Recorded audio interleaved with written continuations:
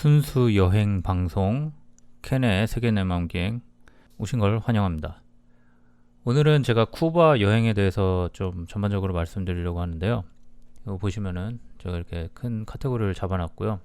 디테일한 거는 제 머릿속 기억으로 조금 하고 자료를 조사하면서 말씀드리도록 할게요.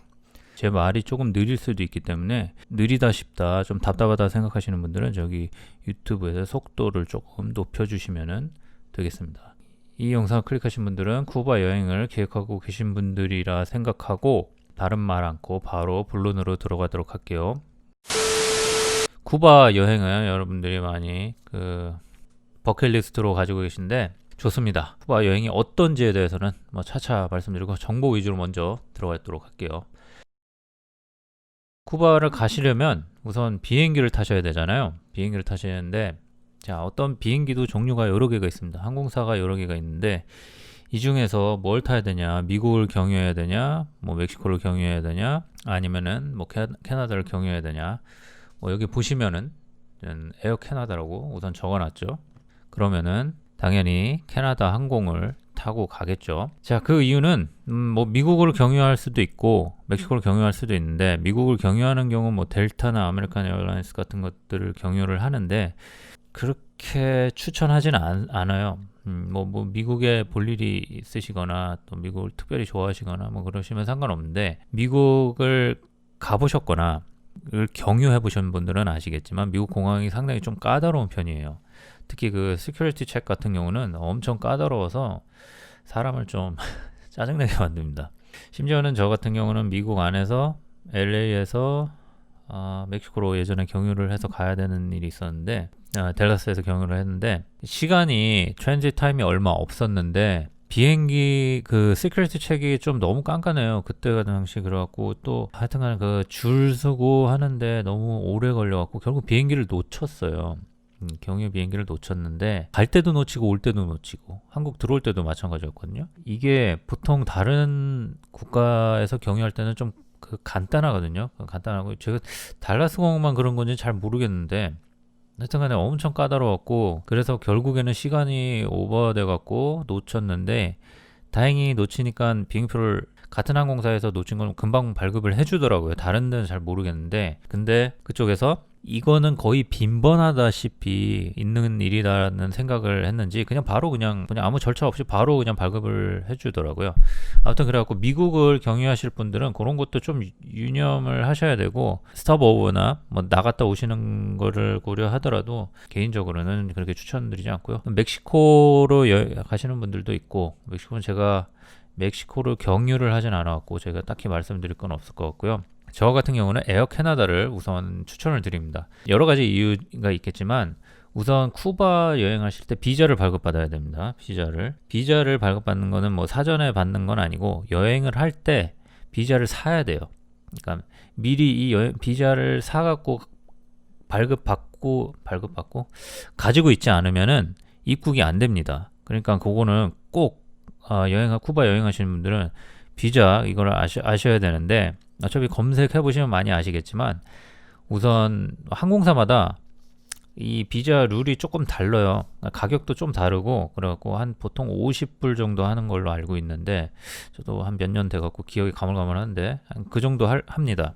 50불 정도 되는데 보통 공항에서 사는 경우가 있다고 해요. 제가 인천공항에서 살 수 있는지는 잘 모르겠어요. 제가 그런 건 잘 모르겠는데 멕시코 항공사를 타는 경우는 경유할 때 멕시코 항공사 카운터에서 거기서 쿠바로 가니까 거기서 사갖고 그 비자를 작성을 해갖고 가져가서 출입국 심사할 때 쿠바에서 아바나 공항에서 낸다고 제출을 한다고 하는데, 보통 인천공항에서 산다는 사람이 있었던 것 같긴 해요. 그러니까 그건 항공사별로 다르니까 조금 알아보시는 게 좋을 것 같고요.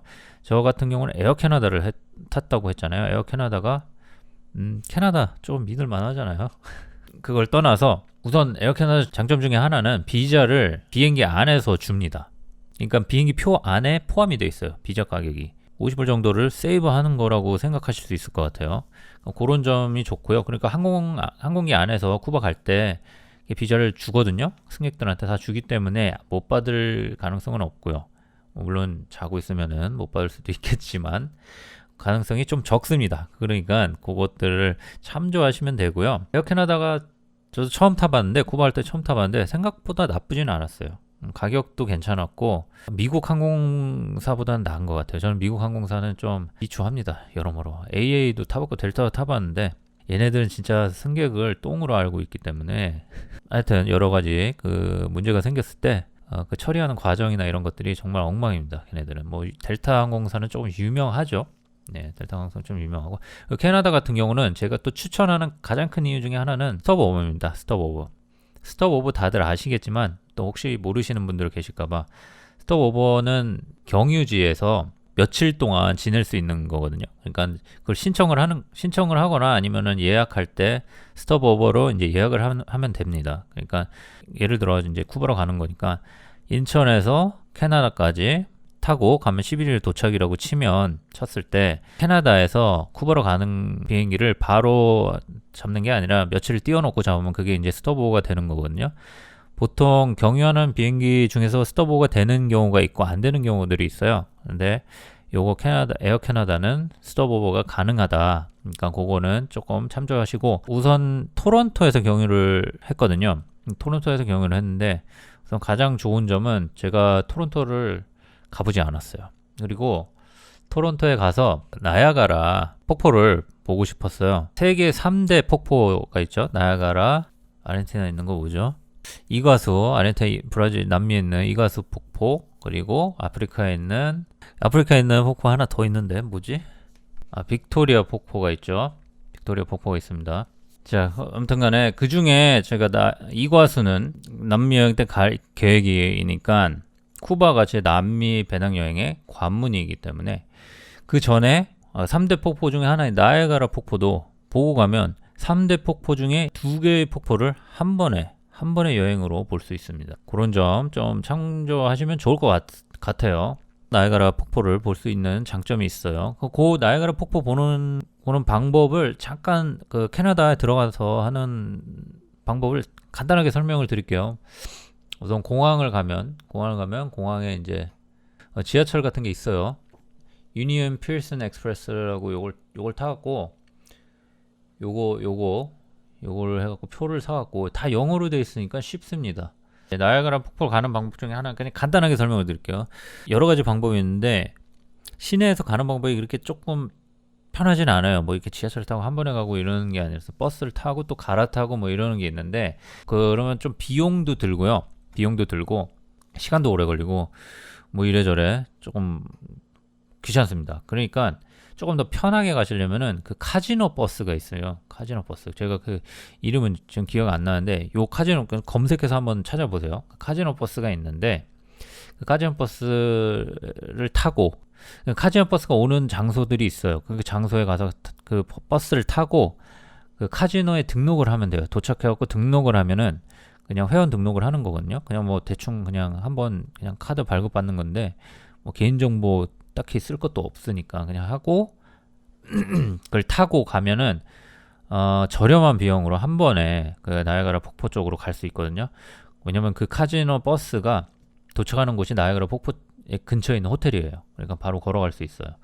그렇게 해갖고 그 버스를 타고 나야가라 폭포를 즐기시면 그리고 즐기시다가 그게 또 돌아오는 시간이 있으니까 그거를 시간에 맞춰서 또 저렴한 가격을 내고 오시면 될 거예요. 나야가라 폭포도 멋있습니다. 뭐 여기 가면은 배 타는 거 이렇게 있고요. 배 타는 거. 그리고 요게 좋아요. 요렇게 이 폭포 떨어지는 거 바로 옆에서 이렇게 볼 수 있거든요.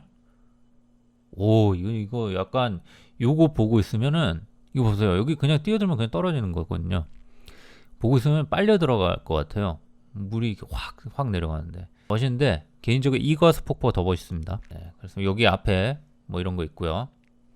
쿠바 여행을 해야 되는데 캐나다 내용이 너무 많네요. 예. 이렇게 빨리빨리 밑에 가서도 이제 볼 수가 있어요. 이게 뒤에 이게 폭포 바로 뒤거든요. 이렇게 구멍을 뚫어놨고 이건 돈 내고 들어가야 되는 겁니다. 여기 밑에 기왕 쿠바 가시는 김에 캐나다도 며칠 들러갖고 나야가라 폭포도 보고 그러면은 나름 1타 2피 정도가 되지 않을까요? 또 여기 뭐 다른 거 조금 더 보여드릴게요. 여기 토론토인데 이게 높은 빌딩도 많고 뭐 이렇게 솔직히 토론토의 나이아가라 빼고는 그렇게 볼만한 게 많지는 않아요. 볼만한 게 많지 않은데 이거는 이제 요 페리를 타고 제 영상 보시면은 아실 겁니다. 저 이름이 잘 기억 안 나는데 이 페리를 타고 이 섬을 가거든요. 이게 그 공원이 올림픽 지금 배를 타고 여기 토론토에서 멀어지는 겁니다. 이거는 약간 뭐 뉴욕 같은 느낌이 들죠. 뉴욕 같은 느낌. 이건 또 제가 기가 막히게 사진을 잡아갖고 이 비행기 날아가는 거 또 포착을 했어요. 네, 멋있습니다. 이게 그 캐나다 유명한 그 토론토 유명한 그 CN 타워인가 그거고요. 그 여기서 막 위에서 막 걸어다니고 하는 그 막 그런 거 있잖아요. 공포스럽게 이렇게 페리를 타고 멀어집니다. 토론토에서. 그러면 이 섬으로 와요. 이 섬이 엄청 생각보다 큽니다. 배 시간이 있으니까 배 시간을 보고 나오지 않으면은 섬에 갇힙니다. 그러니까 요거 정확히 아시고 아무튼간에 요렇게 큽니다. 이 섬은 딱히 볼 건 없어요. 요래요. 그냥 공원이에요. 공원입니다. 근데 엄청 커갖고 뭐 여기서 피크닉 같은 거 조금 일찍 오셔갖고 피크닉 하시기에는 나쁘지 않고 그냥 산책하고 자전거 대여소도 있긴 있거든요. 제가 갔을 때는 뭐 한 4시쯤에 문 닫더라고요. 그래갖고 못 빌렸는데 자전거를 타고 돌아다니면 좋을 것 같아요. 이렇게 공원에서 보는 이 풍경이 멋있어요. 토론토의 풍경이 뭐 이런 것도 있고요. 네, 그렇습니다. 뉴욕 같죠?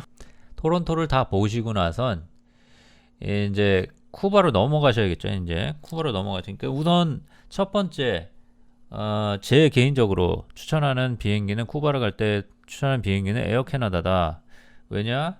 토론토 스톱오버가 가능하고 나이아가라 폭포를 볼 수 있다. 그리고 비자를 비행기 안에서 주고 비자비가 비행기 비용에 이미 포함이 돼 있다. 오입니다. 포함이 돼 있다. 그게 돼 있습니다. 쿠바를 딱 도착하시면은 우선 가장 난감한 게 인터넷이 안 됩니다. 인터넷이 잘 안 돼요. 뭐 공항에서 뭐 와이파이 막 이런 거 기대하시면 안 돼요. 자, 그러면은 도착을 했는데 와이파이가 그냥 일반 여행 가듯이 딱 가갖고 뭐 거기 가서 이제 딱 핸드폰 켜고 검색을 딱 시작한다 이러면은 되잖아요. 근데 쿠바에 와서 안 되거든요. 그리고 사전에 준비를 안 해오신 분들은 당황을 합니다. 그리고 당황할 수밖에 없어요. 사전 조사하지 않으면은 쿠바 여행하기 힘든 곳이에요. 상당히. 그렇기 때문에 사전 조사가 상당히 중요하고 이 영상을 보시는 게 상당히 중요합니다. 자, 우선 그렇기 때문에 제일 먼저 쿠바를 가기 전에 하셔야 될 일은 내가 갈 곳이나 뭐 이런 것들을 사전에 미리 다 정보들을 다 다운받아 놓으셔야 돼요. 그러니까 뭐 예를 들어 블로그나 뭐 이런 것들을 다 캡처를 하시든지 아니면 그걸 정리를 하셔갖고 파일로 넣어 놓으시든지